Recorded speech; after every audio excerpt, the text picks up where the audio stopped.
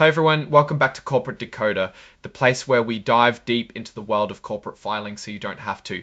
Today we're cracking open Pool Corporation's latest proxy statement, and let me tell you, this report is a little like a day at the pool. There are some unexpected twists beneath the surface. We'll be looking at who's on the board, how they're getting paid, and what it all means for investors like you. First, let's talk about what this document even is.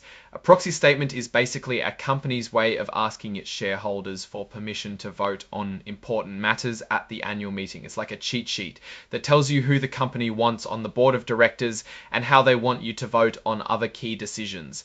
Think of it as the corporate playbook for the upcoming year. Speaking of the board, Pool Corporation is asking shareholders to elect 9 director nominees. These are the people who will be guiding the company's strategy and overseeing its operations for the coming year. It is always good to have new faces, and we see the board added Kevin Murphy as a director last summer.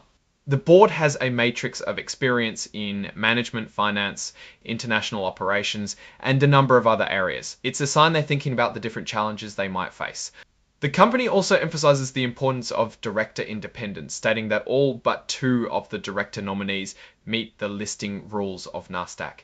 This is important because independent directors are supposed to represent the interests of shareholders, not just management. Risk is unavoidable, and the board talks about it at length. It touches on financial, regulatory, cybersecurity, and a number of other risks. This is definitely something you want to see. The Compensation Committee reviews compensation policies and practices. They've got caps on annual cash award programs for senior management, and they require executives to hold company stock.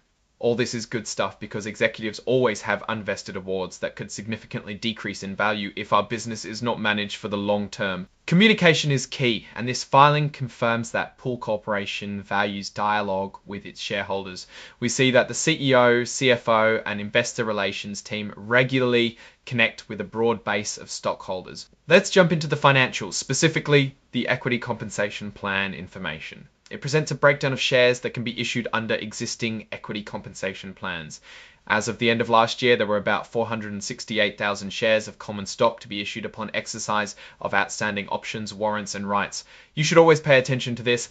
Now, let's move on to the section on executive compensation. This is where we get to see how much the top executives are making and how their pay is tied to the company's performance.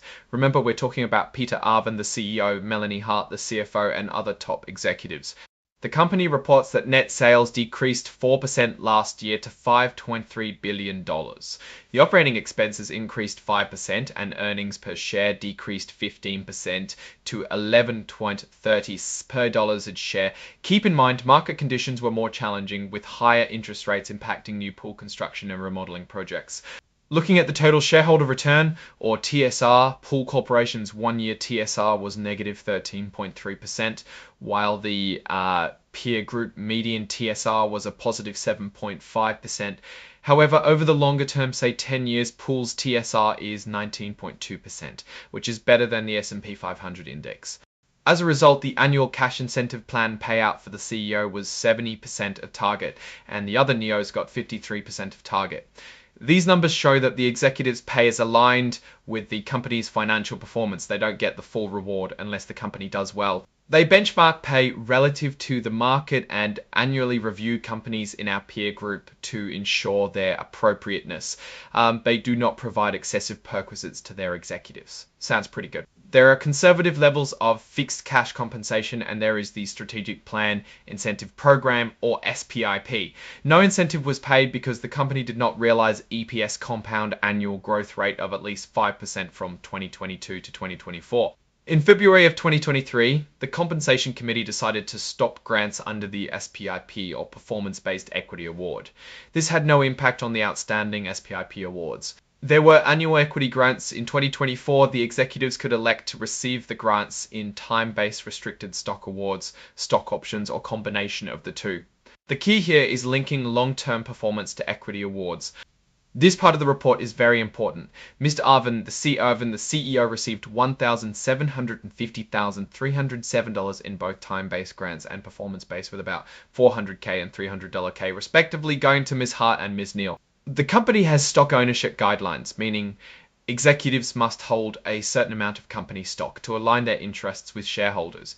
The CEO, for example, must hold shares worth 5 times their base salary Finally, the pay ratio disclosure. The CEO's annual total compensation was about $5,279,000, while the median employees was about $53,497. This leads to a ratio of about 99-1.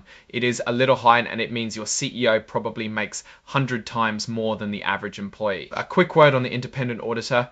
In 2024, Ernst & Young billed about $1,563,000 in audit fees and about $9,000 in tax fees. For those interested in having say in the company, we see that to be considered for inclusion in the proxy materials related to the 2026 annual meeting of stockholders. The company must receive stockholder proposals in late November 2025. From my analysis, Pool Corporation appears to be in a solid position but faces some challenges. Their commitment to shareholder returns, as evidenced by the long history of returning cash, is commendable. Their key executives are being fairly compensated based on reasonable governance practices. However, there are also risks to consider. The decrease in net sales and earnings per share in the past year shows a vulnerability to market fluctuations.